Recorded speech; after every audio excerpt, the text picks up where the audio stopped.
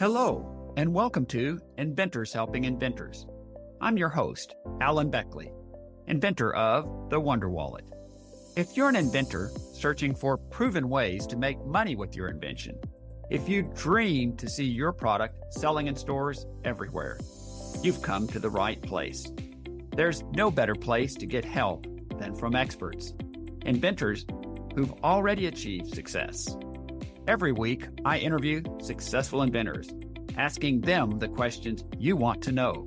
Tune in to learn from the experts so you can get your invention out of the tank and into the bank. And I ended up as a program manager on the Excel team, working on business intelligence and data analysis and all of that kind of stuff. And as a consequence of all of this, I will say non-bashfully, I am ridiculously good at Excel. And that has turned out to be one of the most transferable skills you can imagine. Welcome to episode number 564. Today, I interview Scott Heimendinger. Scott Heimendinger is a culinary innovator who is passionate about ideas that make you laugh and then make you think.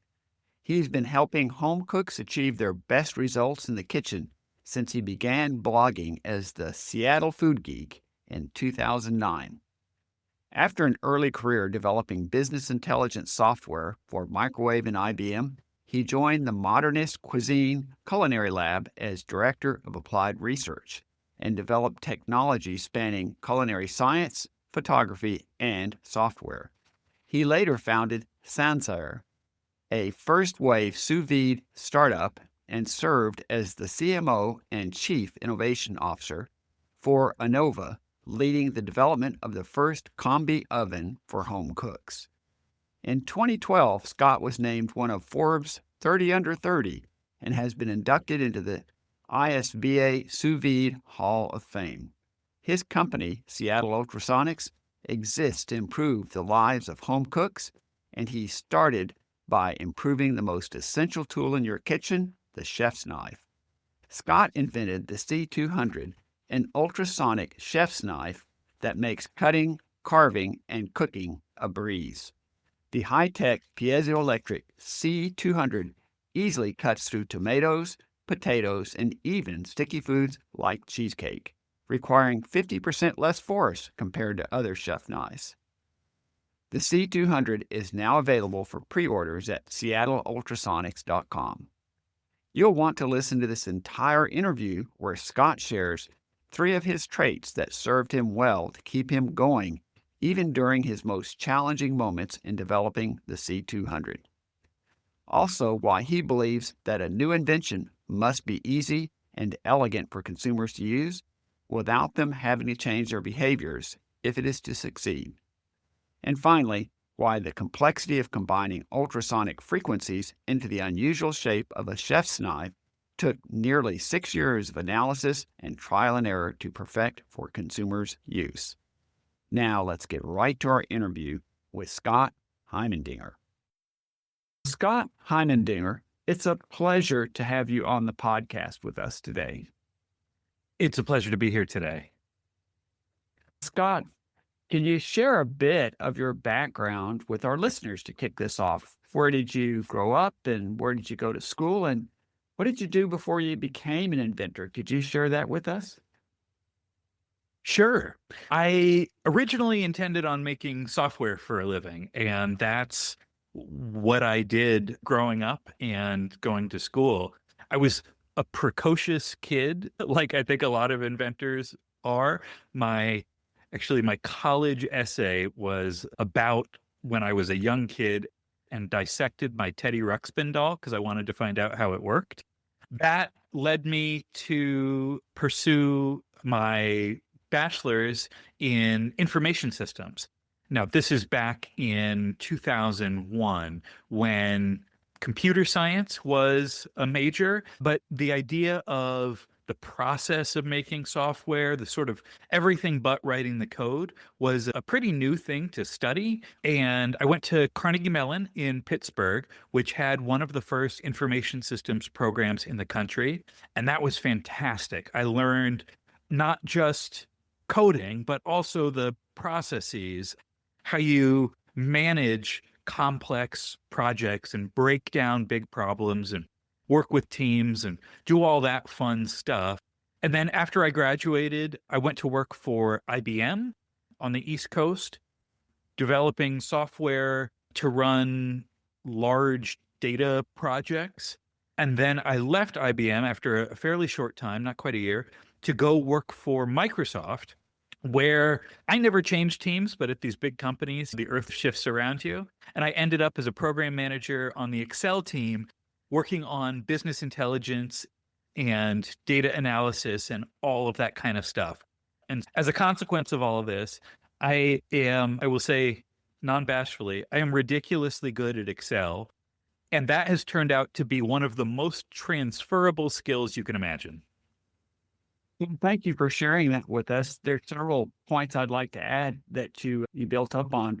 First of all, yeah, Bachelor of Science Information Systems is a great place to get started. And as you mentioned back in 2001, it was a little different than it is now. But also, Carnegie Mellon is just an amazing university, a phenomenal reputation. So that it's like, what better school could you go to? And then once you graduate, you went to IBM, another highly reputed organization, and followed that up with Microsoft. So it feels like you really had some phenomenal experiences that really helped shape that early part of your career. I did. And then I threw away my sensible career in the software industry to go work on food technology and eventually become an inventor. Interesting. So you took a little bit of a pivot or change in direction in that sense then, right? That's right. When I was working at Microsoft, I, like everybody else in the year 2006 or so, I started a food blog. This was everybody and their mother was starting food blogs back then, and I was no different. And I really loved it. I poured so much energy into it. I learned how to do higher quality photography and publish recipes and get feedback and comments and run a blog site and do all this kind of stuff. And then a few years later, I really leaned into the combination of the engineering side of my brain and the cooking side of my brain. Around that time was emerging this new way of thinking about cooking through a scientific lens, thinking about what governs heat transfer through food. And are there better ways we can cook through the application of science? And one of those ways was this technique called sous vide cooking. Have you ever heard of that? I have not. Sous vide cooking is a technique that almost all high-end restaurants are using it to some extent. But rather than put your food on a ripping hot pan or a really hot oven and then have to get your timing exactly right to pull the food off at just the right doneness, instead, sous vide says, hey, you want to cook your food to an internal temperature of, let's say, 55 degrees Celsius. We're going to set a cooking environment that is 55 degrees Celsius. And now all you have to do is wait. And then if you want to sear the outside of the food, you do that in a second step that has no consequence. And I didn't invent this idea, but it made total sense to the engineering side of my brain and took away the anxiety that you can have in the kitchen trying to get that doneness just right. The problem was, to cook sous vide, people were using these $1,200 laboratory immersion circulators to set up a water bath and you put your food in a bag. And I thought it should not cost $1,200 to heat water. And so I reverse engineered how one of these machines worked, and I posted the instructions on my blog for a DIY $75 in parts sous vide machine. And I thought maybe 10 people in the world would care. But it turned out a lot of people would care. There were way more weirdos like me lurking out there who were just waiting for a way to be able to cook like this at home. And that eventually became my first startup company that I co-founded called Sansair, trying to bring the world's first sub $200 sous vide machine to home cooks. That's a phenomenal story. I'd like to just ask for my own edification here and maybe some of my listeners. How do you spell sous vide then, so I can get it right? It's a French term, SOUSVIDE. And it translates to under vacuum because most of the time you vacuum seal the food that goes in the water bath. But there's a whole other side tangent of why the vacuum part's not actually that important. But SOUSVIDE. When you were referring to the fact that you were looking at your engineering brain and via the cooking and recognizing you could mix and match those two together and create something that was excellent. And I think that leads us to the next point, and that is you've invented the C200, which is a beautiful ultrasonic chef's knife that makes cutting a breeze. Can you briefly describe the aha moment that caused you to develop this innovative ultrasonic knife? And then also, what were the key problems you were seeking to solve to make it a truly superior to other chef knives? Can you share some of that with our listeners? In my work in the Modernist Cuisine Lab in particular, a lot of the ways that we thought about improving cooking were to look around at other places, at science labs and their equipment, at industrial food processing and their equipment. And not to say that you should treat home cooking like industrial food processing.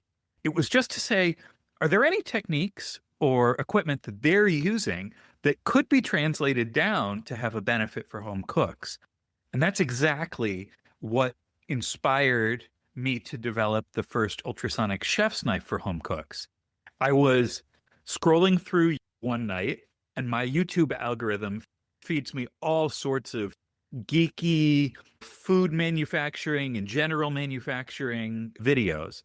And I saw this video that had I can't even describe it as a blade. It looked like a wedge of metal connected up with wires to something. And it was cutting foods like soft breads and produce like tomatoes and sticky foods like chocolate covered marshmallows. And it was cutting them with a blade that didn't appear to actually be very sharp. And with these foods not really sticking to the blade, it looked like magic. If you were in this day and age, if you were to see that video with no context, you might think it was AI playing a trick, but it wasn't. It was a industrial ultrasonic food cutter. Have you ever heard of something like that? I have not. That sounds fascinating. Almost nobody has heard of this outside of people who work in this industry. But it turns out that this is how a lot of the common foods you'd see at your grocery store are actually cut. When you get that pre-sliced cheesecake from Costco, or you get a tray of brownies that have been pre-cut, or a mozzarella log, chances are that was cut using an ultrasonic cutter. And the reason is that there's a couple reasons. First is, doesn't matter how sharp your knife is. When you're dealing with a sticky food, it's going to stick to the blade. And that becomes a problem if you need to cut these foods 24/7. You'll spend more time cleaning the blade than you would doing your actual cutting. And the second part is, suppose you were cutting a food where sticking isn't a problem, like tomatoes, for instance. If you have a sharp blade, it won't stay sharp forever. In fact, it won't stay sharp for that long, especially in 24/7 use. So how do you overcome both these problems? And it turns out that adding high intensity ultrasonic energy to something shaped roughly like a blade or like a wedge of metal lets it behave as if it is extremely sharp and as if it is almost frictionless. Well, that's really amazing. And there's a couple of things about that. First of all, for me, I would have never thought that ultrasonic motion through a knife would really make any difference in its cutting.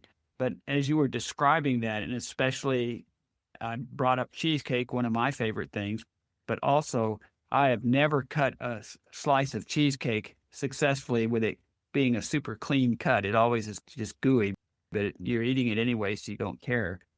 So I could see the benefit of something that would cut it so clean and sharp, and also that it would effectively take a perhaps a slightly dull knife and make it work better anyways, as I'm understanding it. Yes.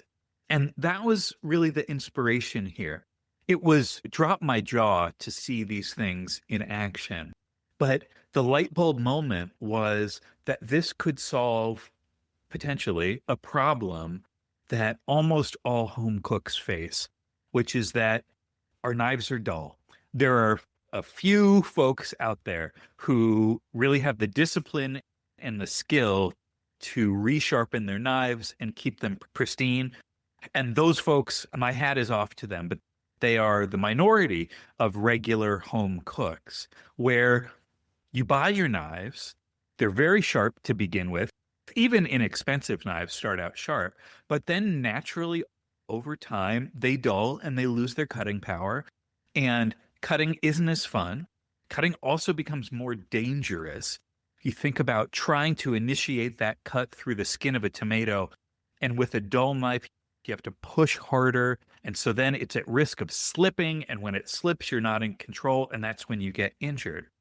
So seeing this footage of these industrial cutters made me wonder, could I take the working parts, could I take the principle of that, of these giant machines, by the way, which have these huge power supplies larger than a shoebox, and could I shrink it down into the handle of a regular sharp kitchen knife and help give everyday home cooks those benefits? Your food doesn't stick as much, the knife behaves sharper than it physically is, but in a way where you don't have to change your behavior. It looks like a normal knife, you use it like a normal knife, you wash it like a normal knife, all of those things. So that began my inventor's journey for this particular idea. Well, thanks for sharing that. And it's amazing to see that seeing this idea in one realm, an industrial realm, and then thinking that's good, I can see the value of it.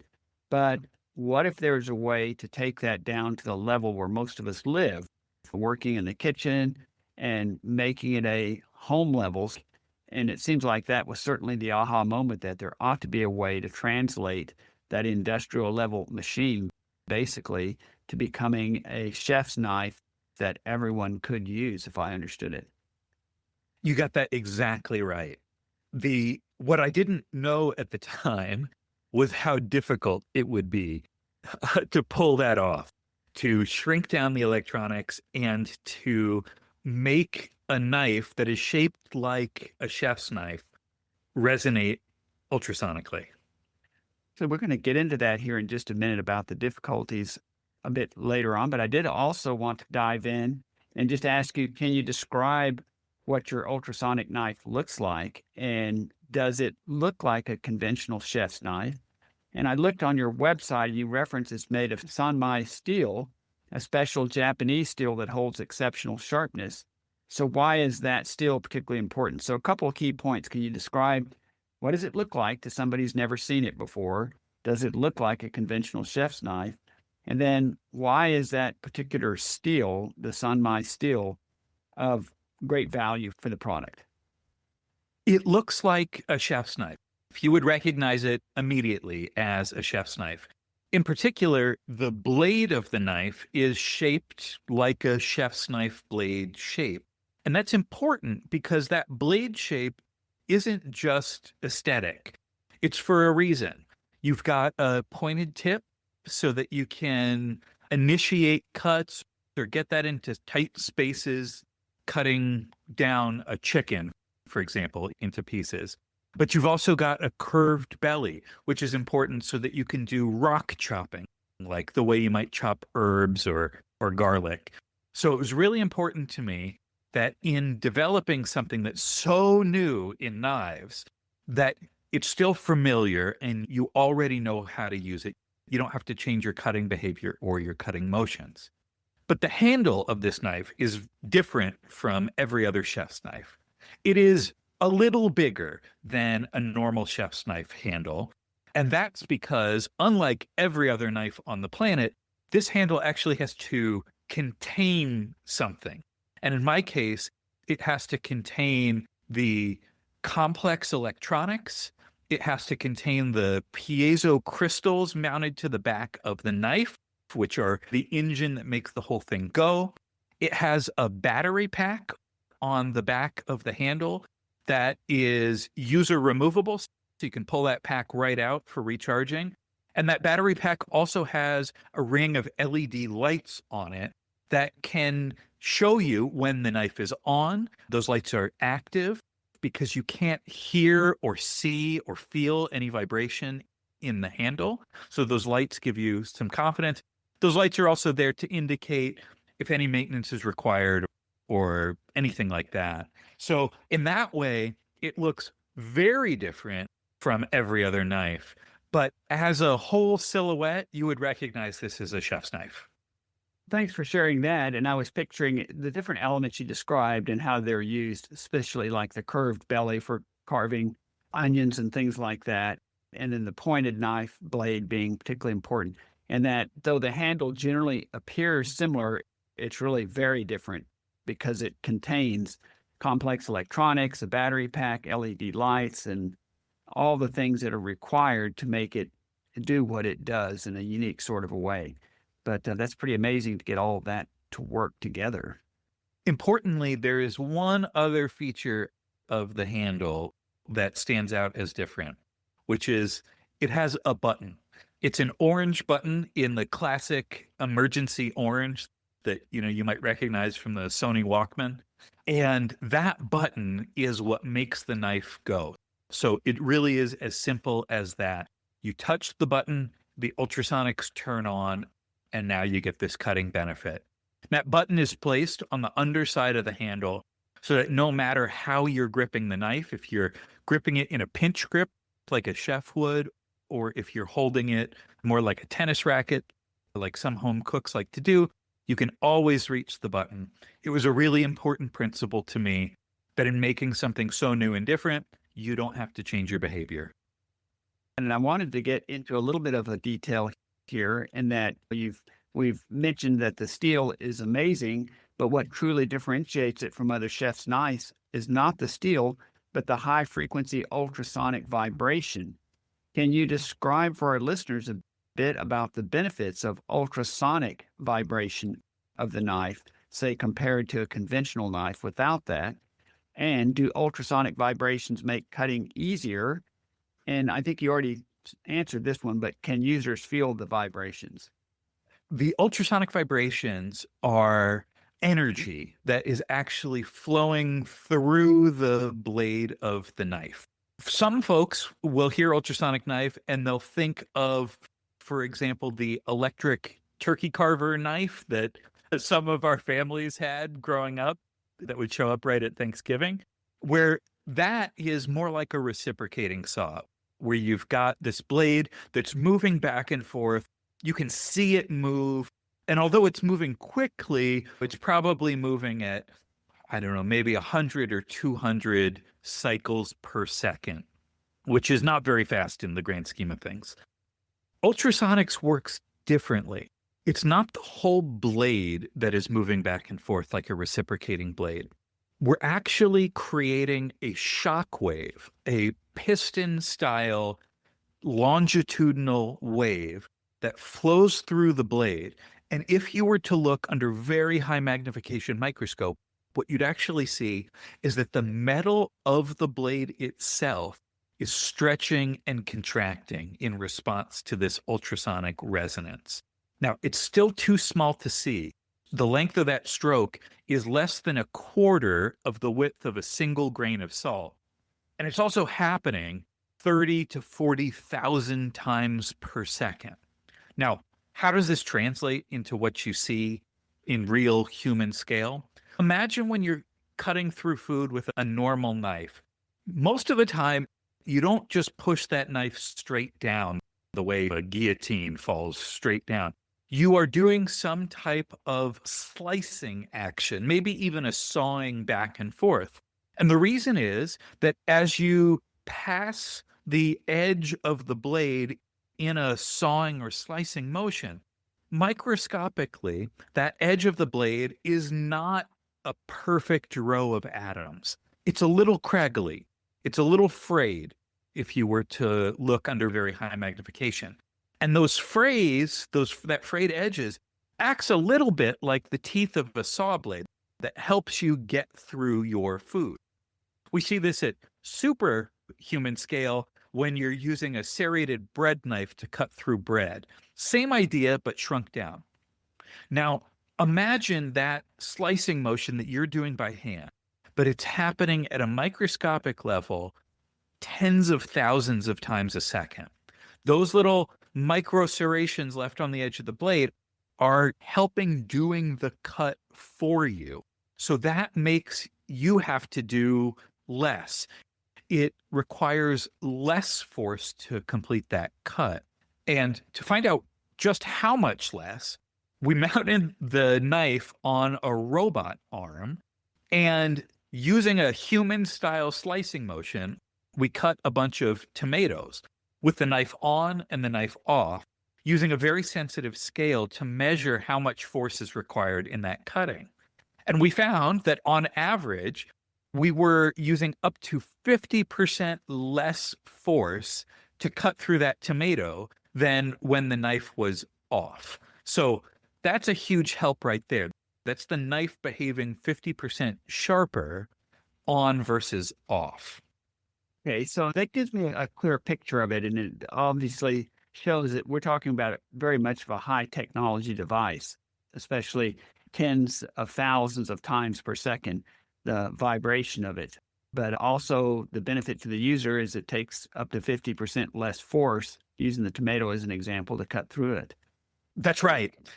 But there is a second part of cutting that will sound very intuitive the minute I say it, but that we don't really think about, which is that cutting is also about friction.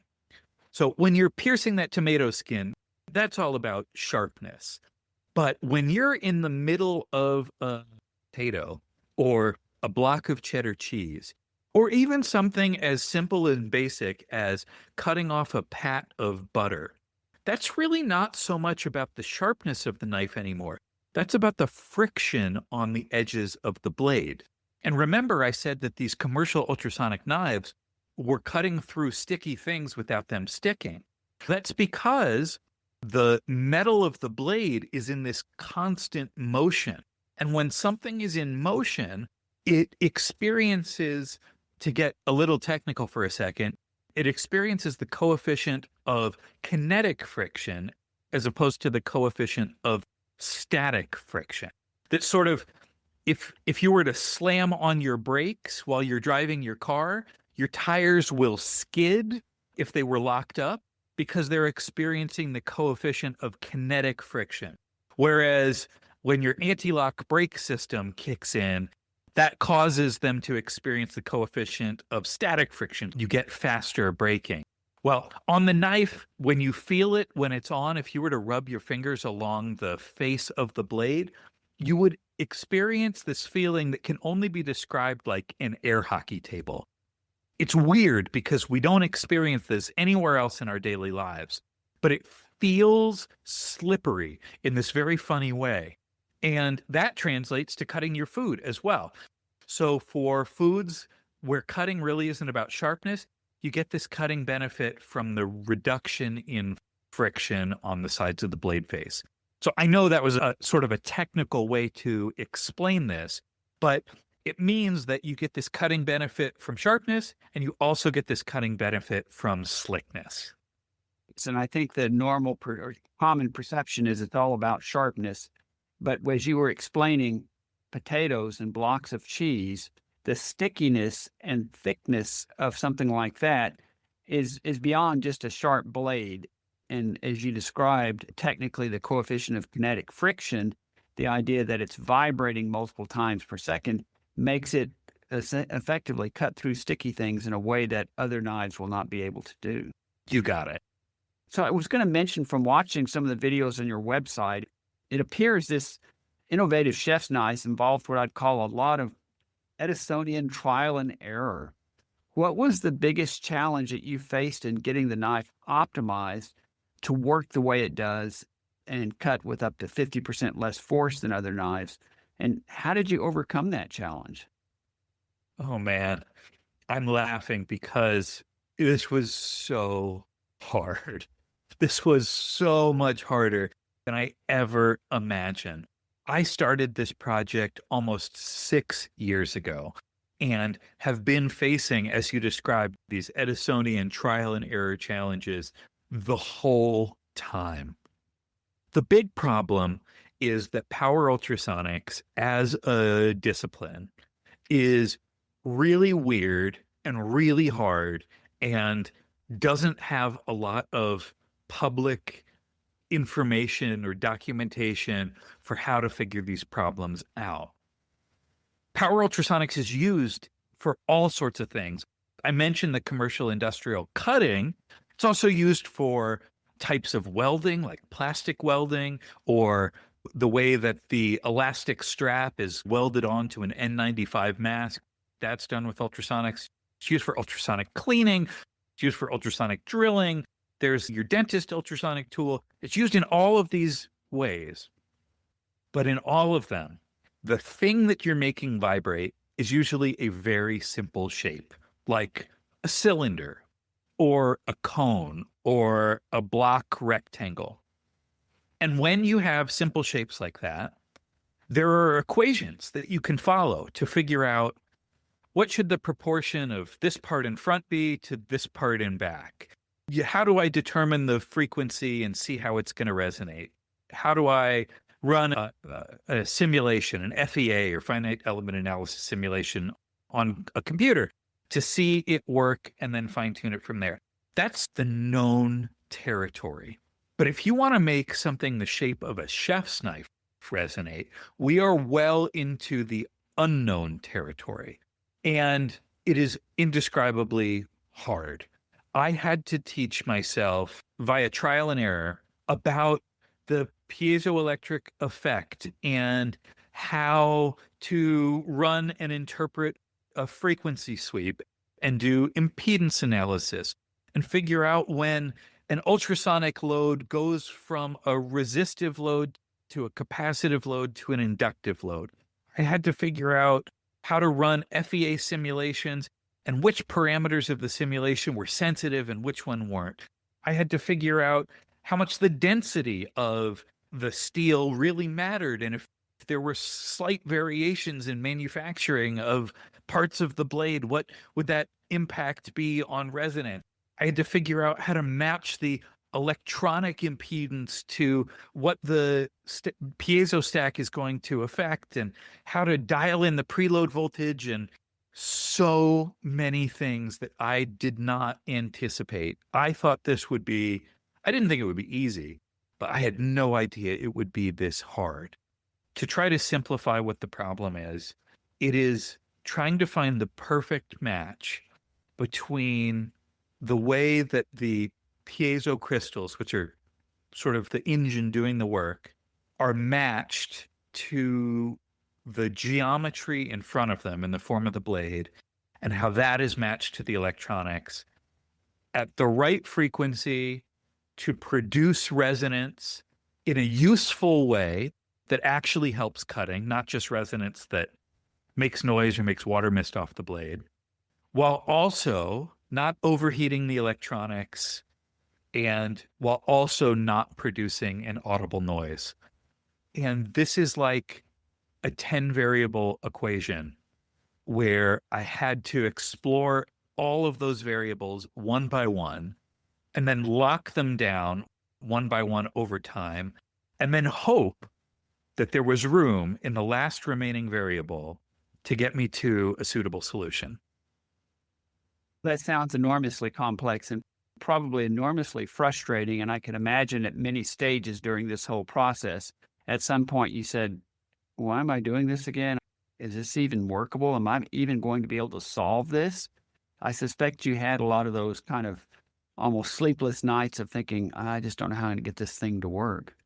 I had so many nights of, can I get it to work? What am I doing? Should I even be doing this? And there were two things that kept me going. Three, I should say. First is I think, part of my personality. I am pathologically stubborn. When I set my mind to a goal, I will show up like Sisyphus and keep pushing the boulder to try to make it happen. That's thing number one. Thing number two is that I had people I could trust to tell me, am I a crazy person or should I keep going?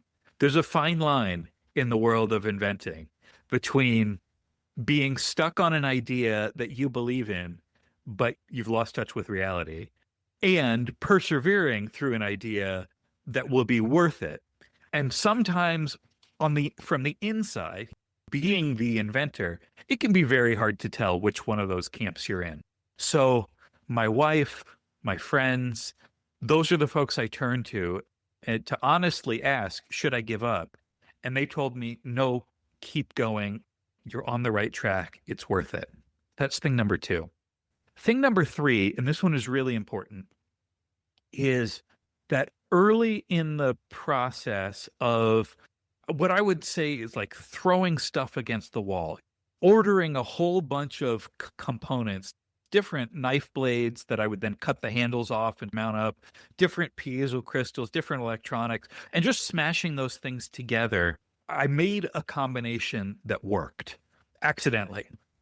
And when I saw it work, it was amazing. And so I knew that it was possible. I just had to figure out how to get there in the durable way. And knowing that the thing that I'm after is not impossible is an incredible driving force to not give up and to keep climbing to try to get the level of performance where I know it can be, even if there's 1,000 failed experiments in my wake. Yeah, that's so good. And actually, it's funny you should bring up Sisyphus. I use that very frequently because it creates such a visual image. You know, Sisyphus pushing the boulder up the steep hill, only to get to the very top and then watching the boulder roll back down again and forever having to do that. And I use that as an analogy writ large for inventing, that as an inventor, no matter what your product is, your charge is to be pushing a boulder up the hill. In other words, you're taking on something that's not going to be easy, and most people fail at it.